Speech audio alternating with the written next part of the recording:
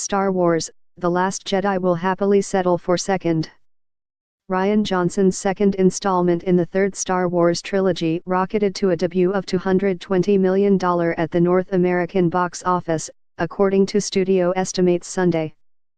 That gives The Last Jedi the second best opening ever, slotting in behind only its predecessor, The Force Awakens.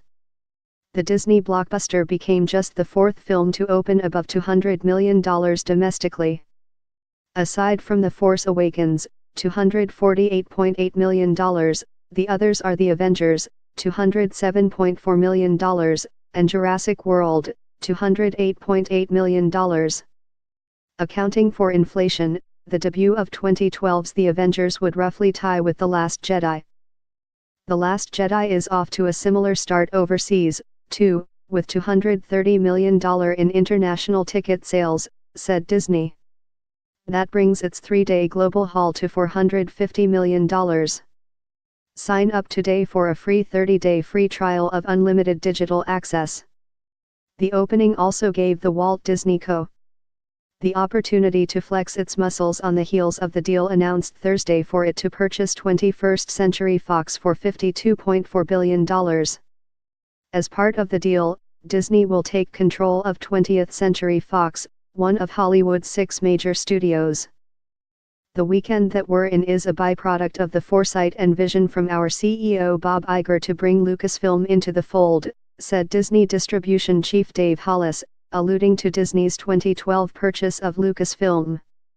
So as we think about the possibility of other things being added, you can't help but be excited about the possibilities. Fox, as it happens, was the only studio to open another new wide-release film against The Last Jedi. Its family film, Ferdinand, was essentially stampeded by The Last Jedi, grossing $13.3 million. Ferdinand and other upcoming holiday season releases will look for more room in the coming weeks, once the Star Wars tsunami has waned. While Abrams' reboot capitalized on a decade's hiatus for Star Wars, Johnson's sequel didn't have the same benefit of freshness.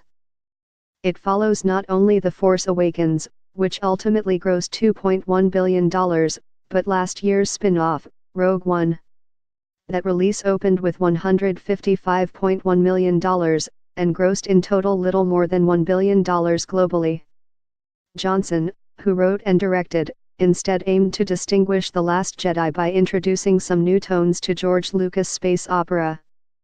The Last Jedi is more irreverent than previous chapters. And it has drawn plaudits for its diverse cast, including Daisy Ridley, John Boyega, and newcomer Kelly Marie Tran. The results speak to the power of representation, said Hollis. The film really reflects our world and beyond. It becomes something people can see themselves in, whether they see themselves in Rey or Finn or Poe or Rose or Captain Phasma. They can relate to all those characters. Johnson's approach has seemed to work. Critics gave Johnson's film a 93% fresh rating on Rotten Tomatoes.